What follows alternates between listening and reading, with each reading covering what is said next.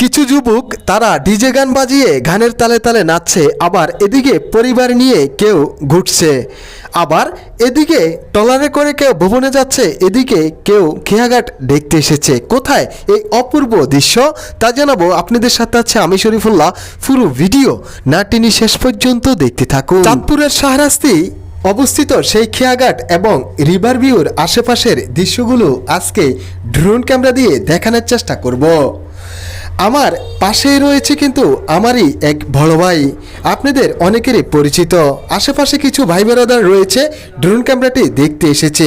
তাহলে চলুন ড্রোন ক্যামেরাটি প্লে করে দিলাম। পাখির নজরে সেখানকার দৃশ্যগুলো অনেক সুন্দর লাগবে আপনার কাছে। এটা হলো সেই খেয়াঘাট ক্যাফে বর্তমান পরিস্থিতি। এই খেয়াঘাটের পাশে একটি নদী রয়েছে, সেদিকে নজর দেওয়া মাত্রে দেখতে পেলাম একটি ট্রলারে করে কিছু লোকজন যাচ্ছে ভবনে।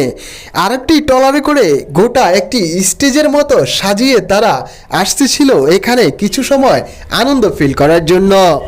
একই কালার টি শার্ট থাকাতে খুবই ভালো লেগেছে এই দৃশ্যটি। ট্রলারে এমনভাবে স্টেজ সাজিয়েছে, অর্থাৎ সেখানে জেনারেটর এবং ডিজে বক্স এবং তাদের গায়ে একই কালার টি শার্ট থাকাতে খুবই ভালো লেগেছে আমার কাছে। তাদের উদ্দেশ্য ছিল এই জায়গায় এসে কিছু সময় তারা মজা করবে, যে কথা সে কাজ।